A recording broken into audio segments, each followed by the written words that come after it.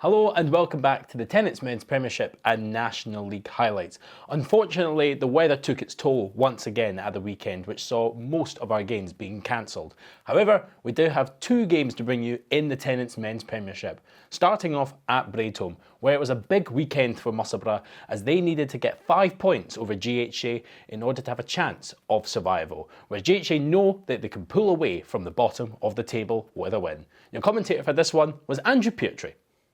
Braidholme survived the weekend's weather to play its part in a Premiership basement clash between GHA and Musselburgh, a game which could have a massive impact on the league table come the end of the year.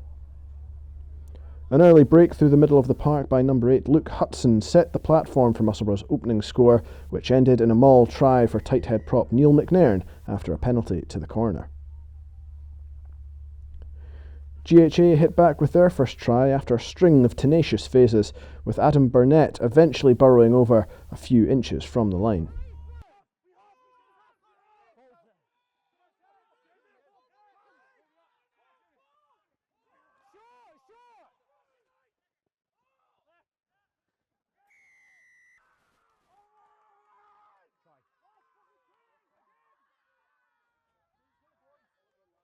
A Craig Owenson break through the middle was illegally held up, allowing his brother Danny to knock over the penalty and put Musselburgh back into the lead. 7-10 was the score at the half. In the second, Musselburgh began to properly test their hosts' defence and showed patience before Michael Badenhorst found a gap to power through.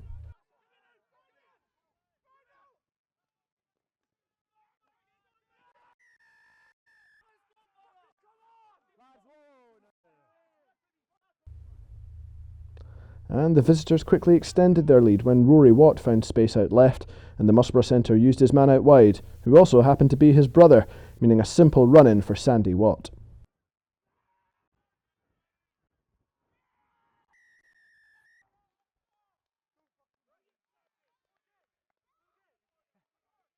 A stunned crowd watched the action on the 4G pitch and were still taking in the quick combo when Craig Owenson once again punched a hole up the middle.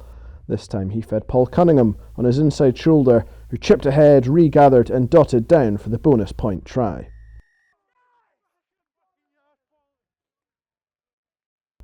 Sub-GHA scrum half Fergus Johnson made an excellent impact off the bench and, just a few minutes after his arrival on the pitch, did well to wriggle out of a double tackle to dot down.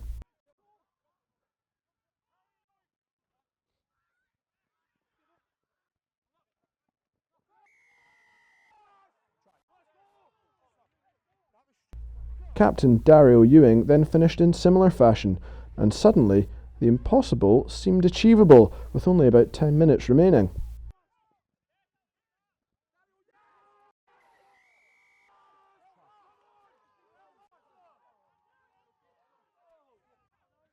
From short range, GHA sent the forwards in to build the pressure.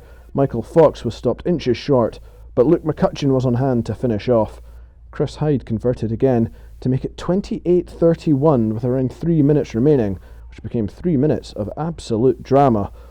Ultimately, though, the home maul couldn't get going, and when they went wide, Musselburgh got across to hold them up for the third and final time, securing a potentially priceless win. Well, a big result there for Musselburgh at Braidholme last week. Their opponents this weekend, Jed-Forest, played in the only other game in the Tennent's Men's Premiership as they travelled to Marr, where the reigning champions knew that a win would see them overtake Selkirk and move into 4th place. However, albeit Selkirk will now have a game in hand. Your commentator for this one once again was Andrew Petrie. The home team burst into the game from the off and were quickly rewarded when winger Jack Scott made a bulldozing run, breaking through 2 tackles and dragging a third defender over the try line in just the 3rd minute.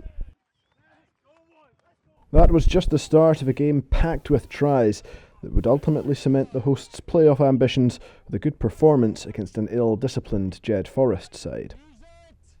Marr crossed the whitewash again in the 8th minute when fullback Callum Ingalls touched down to double their lead.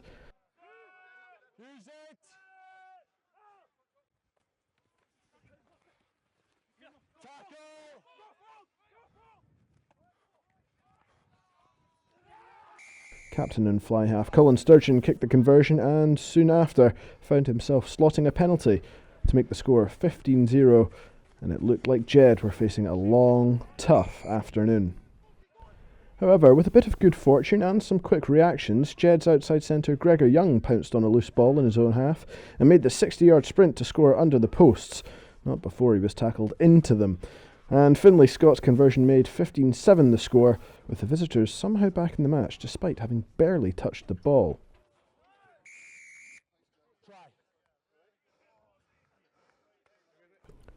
Five minutes later, Jed managed to peg the score back to just 15-14 after a beautiful display of soft hands between the centre pairing put winger Robbie Shira-Gibb in for his first of the match.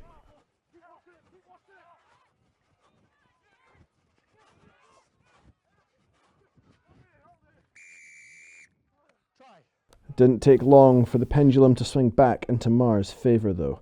Jed's discipline let them down in their own 22, and Marr capitalised with 2 tries in quick succession from young winger Jack Scott.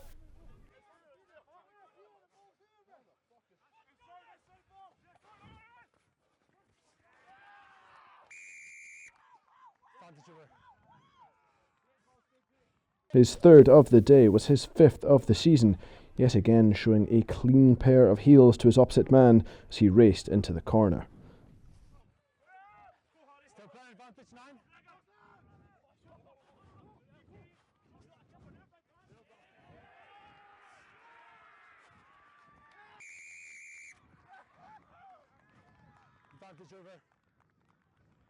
Another penalty from Sturgeon made it 30-14 at the break. The second half started with a mini fight back from Jed, prompted by their inside centre Owen Cranston, jinking past a static Marr defence and touching down in the 41st minute. But Jed's celebrations were short-lived and the match once again swung back to Marr, who scored through a bulldozing run from Blair Jordan, a just reward for the flankers' domineering performance. Despite a numerical disadvantage, it was Jed who scored the next try. Cranston made a superb line break before sending Shira-Gibb home for his second of the match.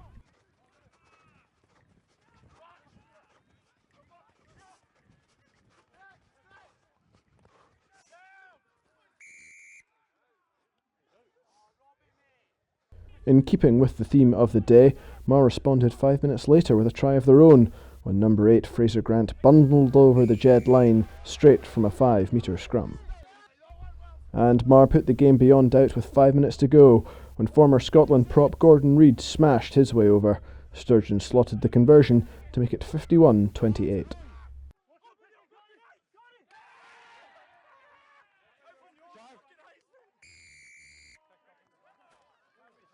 There was still time for a consolation try from Finlay Scott, which finished the scoring, leaving Marr the deserved winner of this extremely entertaining affair.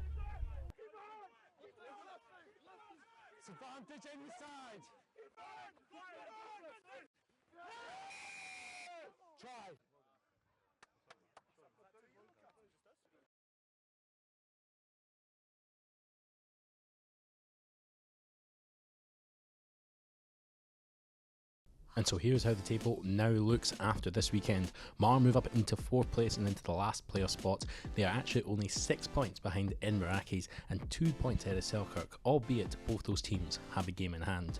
Musselburgh are now also only 4 points behind Heriots and 6 points behind GHA. They'll be looking for an impressive victory this weekend as they take on Jed-Forest at Stony Hill. It doesn't get any easier for GHA as they now have to play the top 2 teams, starting off with Curry Chieftains at Braidholme, and Heriots Blues have to take on the other team, unbeaten Hawick. It's a big weekend for the last playoff spots as well. Marr take on Glasgow Hawks as they look to extend that 11-point gap, and Selkirk are on the road as they travel to Raeburn Place, taking on Accies. And so that is it for the latest round of Tennent's men's Premiership action. What a nervy ending it's going to be for some of our clubs. The chance for Musselburgh to still stay up in the Premiership and the threat of Heriots or GHA going down to National 1 next year. And at the other end of the table, Marr and Selkirk battling it out for 4th place. We shall see you next week. We'll be rounding up all the latest action from Tennent's men's Premiership and Tennent's men's National Leagues 1, 2 and 3. We'll see you then.